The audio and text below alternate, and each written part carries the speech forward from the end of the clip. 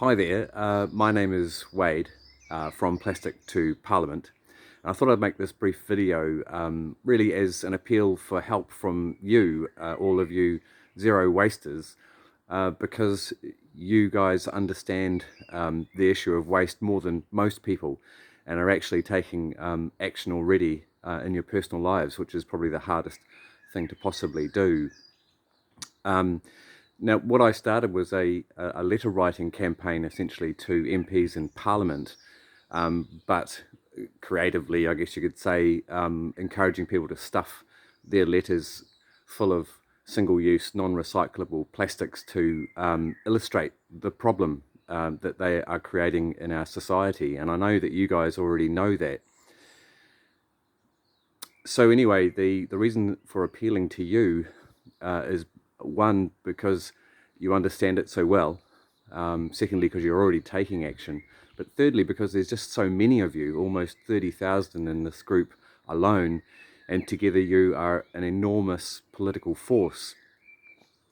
And I was hoping that some of you at least might want to join me in writing these letters, borrowing single-use plastics from your neighbours, because I'm pretty sure that would be fairly easy to do, and sending those to the desks of MPs where they cannot ignore the problem. The unfortunate fact is that while we're making these changes in our personal lives, the packaging industry, the oil industry, is investing $180 billion globally in new plastic plants. And they will increase plastic production by 40% over this coming 10 years.